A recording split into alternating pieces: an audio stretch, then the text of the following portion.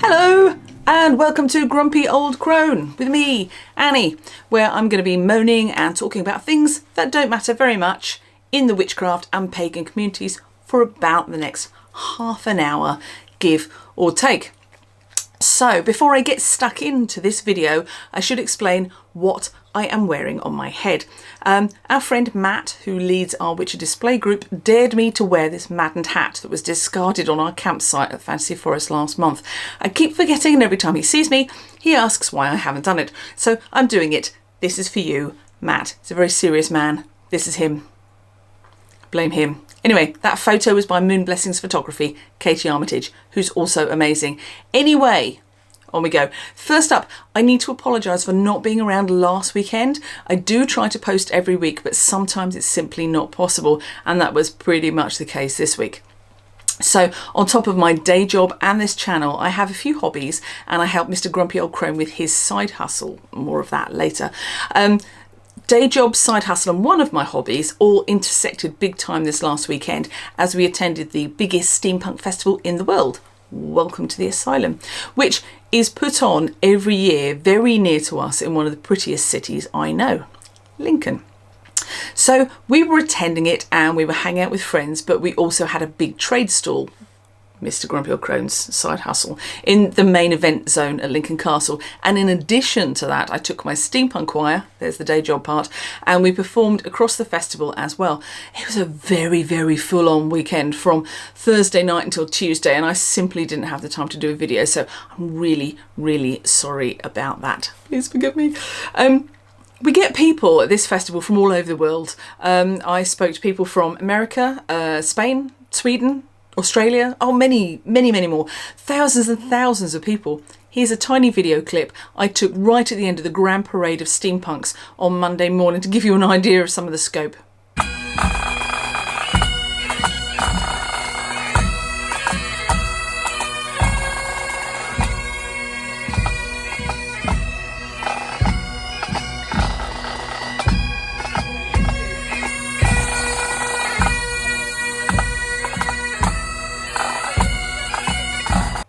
The streets are lined with people clapping and cheering and dressing up, and the parade itself is made up of just a portion of the people in attendance. It takes 20 minutes for everyone to walk past any given spot on the parade. There are a lot of us.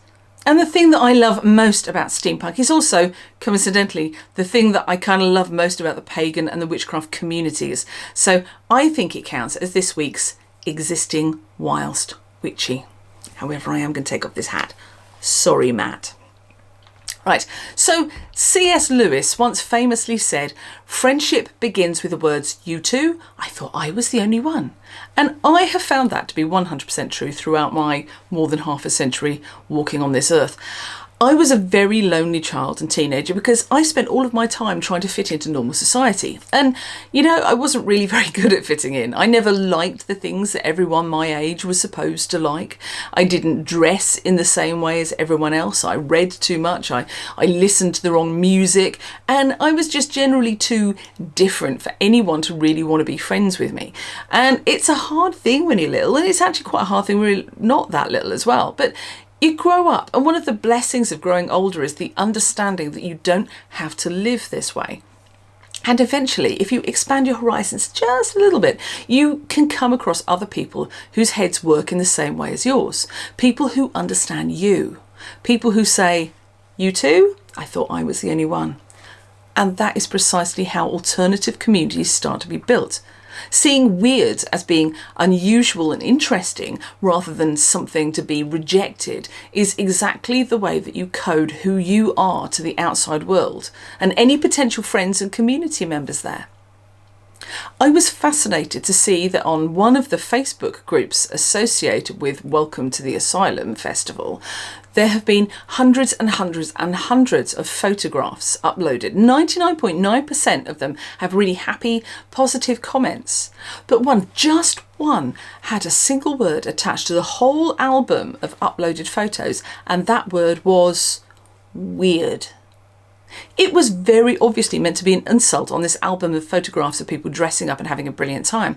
And I sat with it quite a while trying to understand where this person was coming from.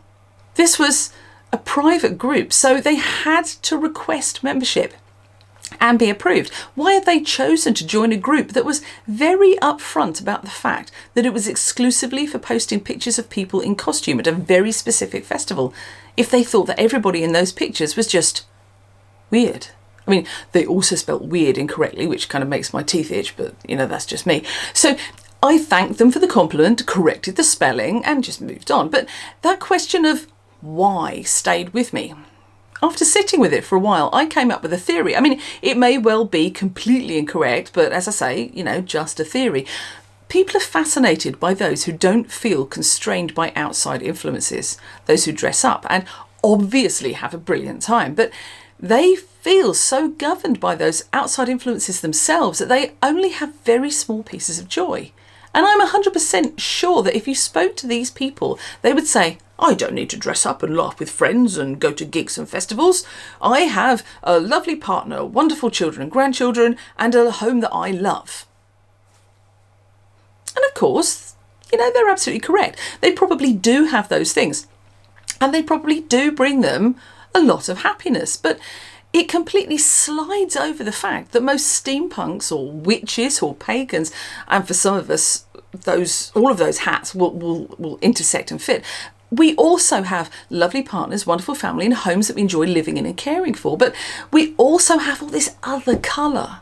And that's where the jealousy comes, I think. It's the realisation that everyone is allowed to have joy and whimsy and fun, even as an adult, especially as an adult. So moving back towards the witchcraft and paganism and away from steampunk, I honestly think that what drives so much hatred from people who aren't necessarily members of a religion that preaches divisiveness, it's always puzzled me. I understand, although I obviously don't agree with the people who are following what they imagine is the word of their God, but why are people so anti when they don't have some made up set of rules from a book that's thousands of years out of date? I think it's seeing people who have made different decisions and are really, really happy with them. I think it's jealousy. I think it's sadness at seeing something that they can never really have as their own. And I also think that might be the seed of what's behind so many of these people that irritate me online with their tiny, meaningless little performative acts of pretend magic. Cinnamon blowing. Pagans aren't restricted by a random set of societal rules. I've lost track of how many people have told me, oh, your hand fasting was beautiful, I wish I'd done something like that. But they chose to get married in a church because, as they've said, that was what was expected of them. And now they regret the lost opportunity to have done something unusual and fun. Pagans are used to thinking outside the box in a lot of situations because the world isn't set up for us. Our sacred days are not state-mandated holidays, so, we have to be a bit creative about how and when we celebrate. Avoiding that relentless march of Christian-coded gift-giving and eating is a challenge, but one that I personally enjoy living up to. I will say that I know that this is also the case for a lot of other religions too, and I'm not claiming that just for the pagans. But we pagans start tiny little local celebrations that can often grow into something completely beautiful. Witness, Beltane at Glastonbury or Beltane at Edinburgh. Oof. I guess what I'm saying here is that the opportunity exists for all of us to enjoy living the way that we want to. We don't all have to have those IKEA catalogue perfect rooms and a wardrobe of clothes from the latest season H&M or Zara. If that really strikes joy into your heart, then go for it. But why not be prepared to live a little? Paint a room a different colour, set up an altar where everyone can see it, wear a crinoline to do the shopping at Sainsbury's. I speak from experience on this one. People care less than you'd imagine. I used to live in a very tiny, very parochial little village, and it was there that I tried to be a Christian and kind of failed. But when I realised that wasn't working, I just gave up and started wearing what the hell I liked. People genuinely didn't care. I've been grocery shopping in full Victorian outfits and nobody said a damn thing. There might have been a vague, oh, why are you dressed like that? From the till assistant, to which I'll always say, well, because I enjoy it. And that's it. People always smile. I have candles, incense, and my geode of dubious femininity. If you're curious, it's on my Patreon. Doesn't cost a penny to see what it is. But that stuff is right in my front window. My living room is decorated in bright colours with William Morris wallpaper and a big unicorn tapestry that we got as a gift at our hand fasting. There's a crystal ball on the mantelpiece and a yodeling hedgehog model made for me by my best friend in her pottery class. I bloody love it. It brings me joy. All that being said, I do understand that in some places in the world that freedom is absolutely under attack, in which case coding who you are and what you do is also hugely important. We need networks to survive what is already underway, and identifying your following fellow people is a life skill. Right. Anyway, that's probably enough about that. Your takeaway from this section should be weird if you want to. Enjoy your one sweet, brief and irreplaceable life. We don't get long, so don't waste a minute of it. Dress up if you want to. You know, cultivate a sense of, I don't care what you think, because it's one of the most valuable witch-based life skills that I think you can possibly have. Anyway, on to meat and to potatoes. Now, I've genuinely no idea if this is a thing that people believe or not. I only know that it irritates me because of the absolute nature of the statement. And whilst I'm publicly not averse to gatekeeping in terms of know what you're doing before you bloody well do it, this seems to be the most gatekeepery thing of all gatekeepery things I've ever seen. So I'm sure that you've probably experienced this. You're merrily scrolling your way through your social media feed when suddenly you see it. The probably AI meme that says, "Were you born a witch?" Born a witch. I fail to see how anyone is born a witch. It's a practice. It's a thing you do. Was I born a crocheter? Was I born an objectionably opinionated arse? Was I born a cat lover? The answer to all of these questions is, of course, no, including the were you born a witch? Of course you weren't. Of course I wasn't. I've just had to reconsider this bit when I wrote it before because I was wrong. I was going to say that there are some things that you're born with that you cannot change. Skin colour. Obviously, I'm wrong. Many children with African and South American heritage are born one colour and their skin tone changes in the first few days after birth, and many other people have vitiligo as adults, which changes skin yet again. Eye colour, wrong again. The vast majority of Caucasian children, at least, are born with blue eyes, but that can change as they age. Gender, we're not going there, so feel free to hate away and I'll just make a video about your hatred for the Patreons later. Let's just say I'm not going to agree that gender is absolute or set at birth, and we'll leave it there, okay? Turfs be gone. Basically, all those things that I thought you were born with, well, you know, maybe you aren't. And the same goes for witchcraft. Some kids might be born into families that practice witchcraft and they'll be raised in a particular tradition, but I don't think that that is what people are getting here. Do you? That's not being born a witch, it's being born into witchcraft. Let's look at this splendid little reel, shall we?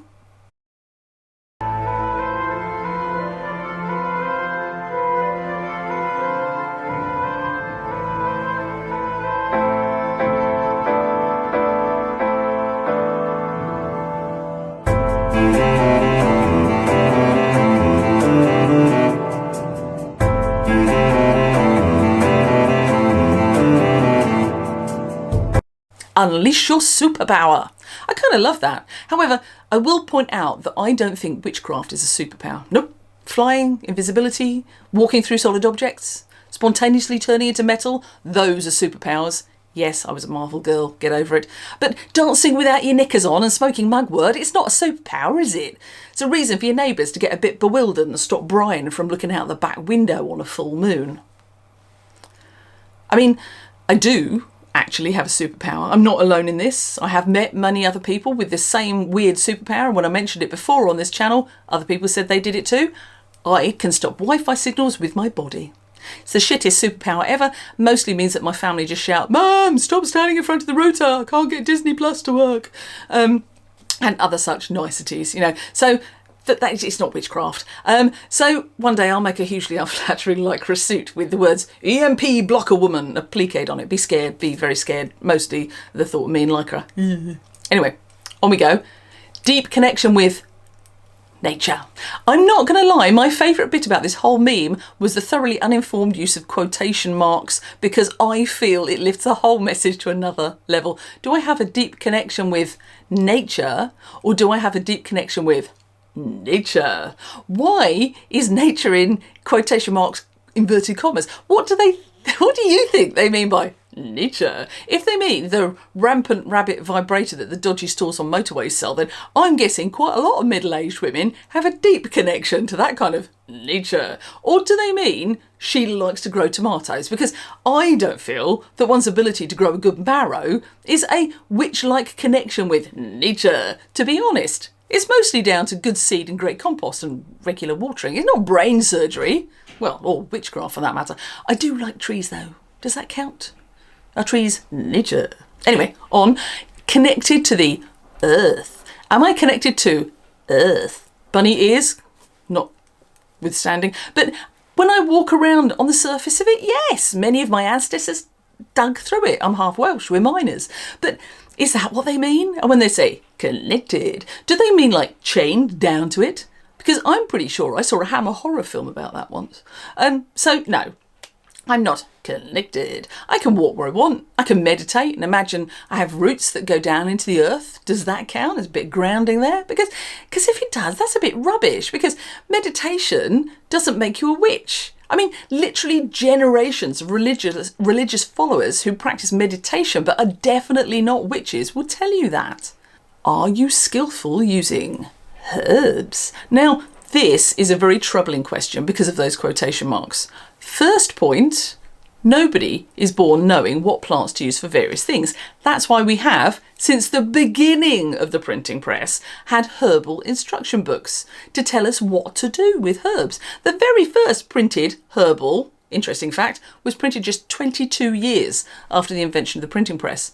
I mean, doesn't speak much about one's innate born abilities, does it? If like one of the first things we did was get a herbal. No, we need to learn this skill like any other skill. If someone offers to cure all of your ills with herbal knowledge they were born with, I recommend running very fast in the other direction. There's a name for herbalists who don't learn from books and other teachers, and that word is accidental poisoner. The second point here is about the quotation marks surrounding the word herbs. Why is that there? Do we not believe that they are actually talking about real herbs? Maybe they think we really are poisoners. I mean, that's all a bit James I though, isn't it? Or maybe they mean mugwort, datura, fly agaric. Maybe those are the herbs that they're talking about. But if I'm honest, I wouldn't trust a legal high from someone who just picks things out of the garden and hopes for the best without any kind of cross-referencing from other sources. Would you? I don't think you would if you were sensible. But if they mean knows how to season a stew, then hot damn, I was born ready. I mean, I really love this last one. Animals simply love you. Well, I'm screwed then. Never met a horse that apparently didn't want to kill me. I've no idea why. Maybe it's because I wasn't born a witch. My mum didn't much like horses either. Or fleas, now I think about it. Yeah. I'm also not wild on moths. They always attempt to flutter in my face. I don't like that. But I've never met a dog I didn't like. And cats are brilliant. Am I a born witch or not? Who knows? I've certainly never cuddled a colour-coordinated fox, so, maybe that's it. Mind you, animals is also in quotation marks, so maybe they're talking about something different here. I have certainly dated some deeply questionable blokes in my time, so if by animals they mean blokes that won't do the washing up and wear their undercrackers for 3 days straight whilst turning them inside out, then yeah, that kind of animal has definitely found me appealing in the past. I'm hugely relieved to be married now to Mr. Grumpy Old Crone, who showers daily, does the washing up, and is an all-round, absolutely bloody brilliant chap, and very easy to live with. Definitely not an animal.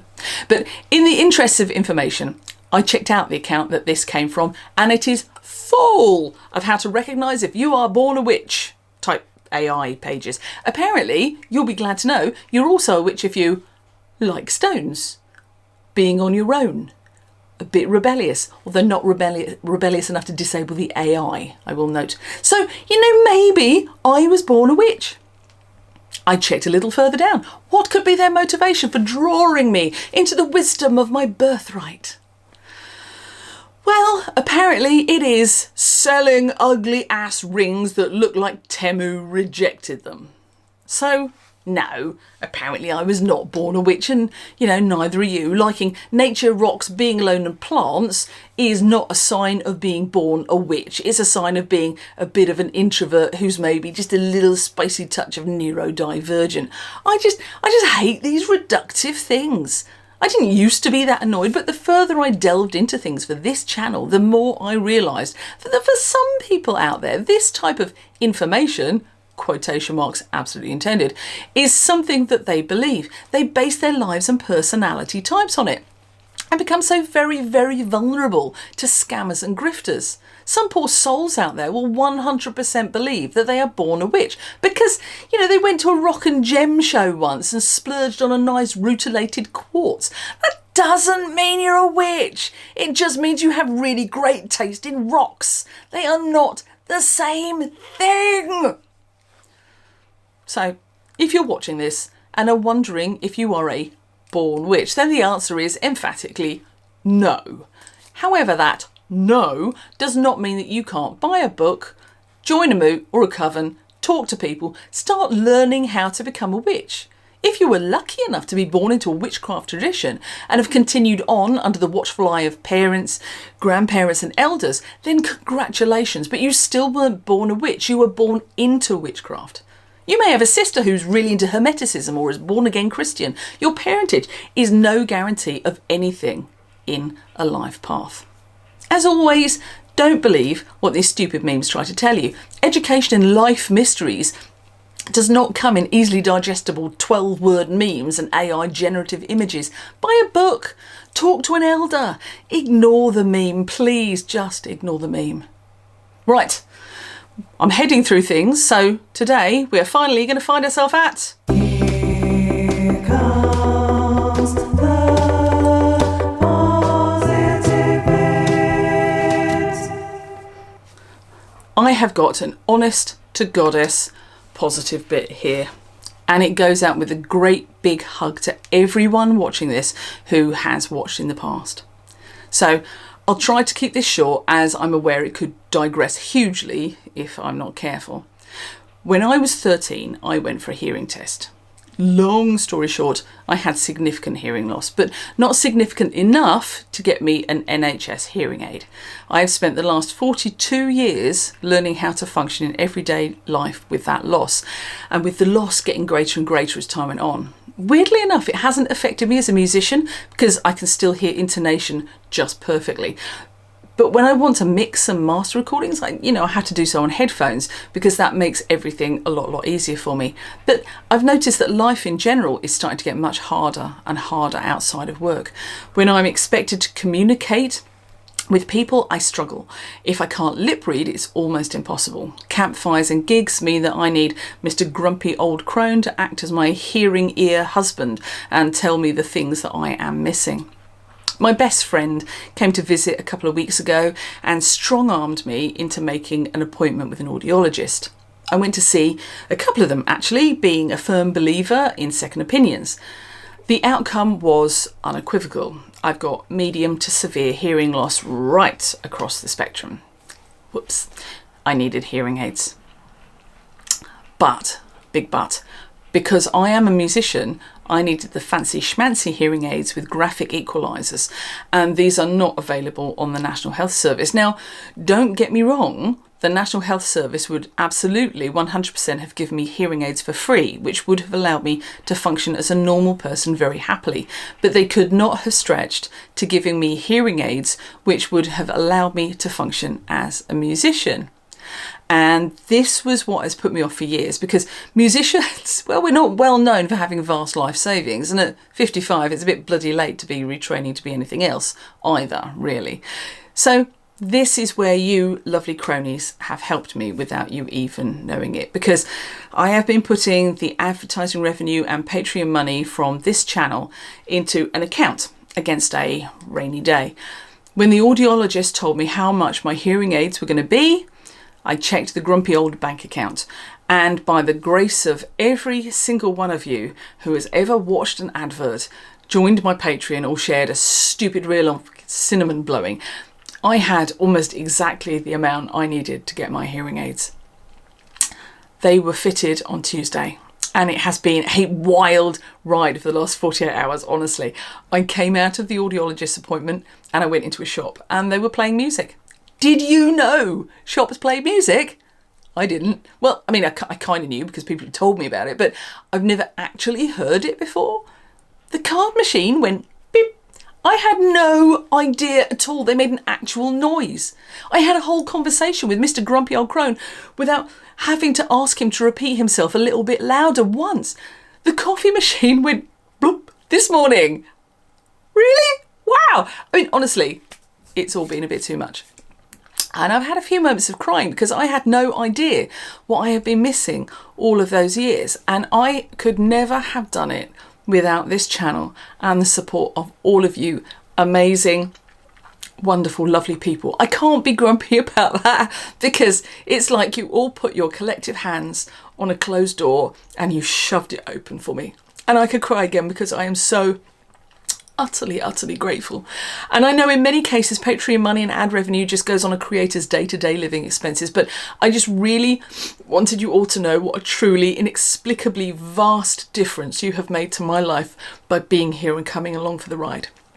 Thank you, thank you, thank you. So I'm going to sign off now because otherwise I'm going to have another cry and, you know, that's not going to be good.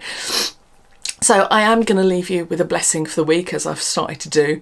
And that blessing is, may your path be easy, the weather be kind, and friends be there to help you when you need it the most. Blessed be my lovely, lovely crones.